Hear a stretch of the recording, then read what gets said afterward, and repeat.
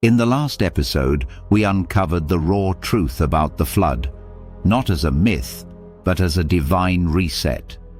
We decoded the Hebrew word for ark, teva, and revealed its only other use in the entire Bible, the basket that carried Moses. We saw that pitch, kopher, meant more than waterproofing. It meant atonement. And we exposed how the flood reversed creation itself to preserve a remnant. Now, the world has restarted, but humanity still hasn't learned. As the nations spread, they unite again. Not in worship, but in rebellion. What they build isn't just a structure. It's a challenge to heaven. Genesis 11 opens by telling us the whole world had one language, Ahat Shapa, Achat Safa, and they used it to settle, organize, and build. But what they were building was far more than a city or tower. It was a spiritual confrontation, another Eden moment, another fall coming. Genesis 11:3 says, "Come, let us make bricks and burn them thoroughly." The word for bricks is levenah, and unlike stone, bricks are man-made. They were burned, saraf, purified by fire.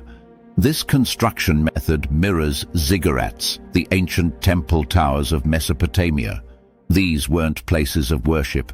They were designed to bring down gods on human terms. This wasn't architecture, it was rebellion. The builders say, "Let us make a name for ourselves." In Hebrew, Na'aseh lanv Shem, Na'aseh lanu Shem, literally means, "Let us manufacture our identity." It's the same sin as Eden, deciding truth apart from God. The Tower of Babel was the world's first organized religion, built not for truth, but for self-glory. And God had seen this story before. Genesis 11:5 says, "The Lord came down to see the city and the tower." The Hebrew for came down, yered, implies stepping down from supreme height to examine what's happening below. But this wasn't about curiosity. It was judgment in person. And it wasn't to destroy, but to stop a cycle. Nothing they plan will be withheld from them. Not because God was afraid, but because he was intervening.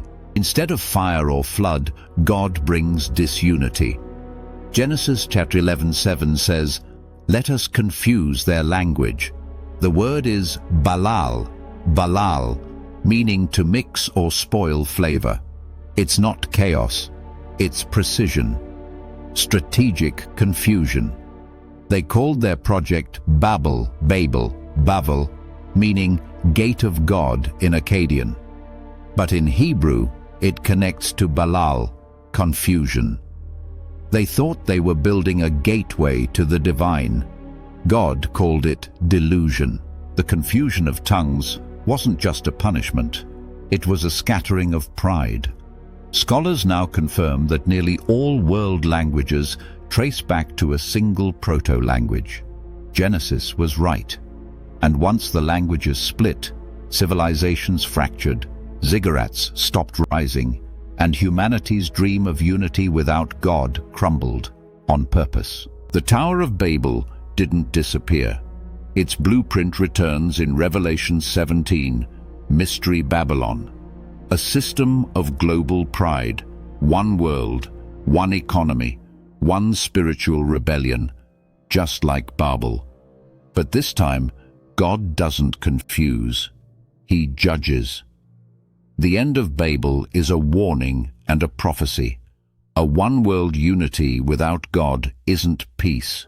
It's preparation for collapse. We're building Babel again.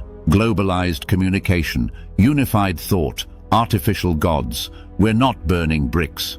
We're building algorithms. We're not reaching heaven with towers. We're doing it with tech, but the spirit behind it is the same. Genesis 11 isn't ancient myth. It's a roadmap, and we're back on the same road. Babel wasn't just about language. It was about pride, control, and self-made salvation. And God scattered them, not to punish, but to prevent worse. In the next episode, we begin with one man who didn't build towers, he built altars. Abraham, his journey, his covenant, and the promise that shapes the entire gospel. If this series stirs something inside of you, subscribe, like, leave a comment, and don't forget to share to help spread the truth around the world. This is the Bible Reclaimed Official.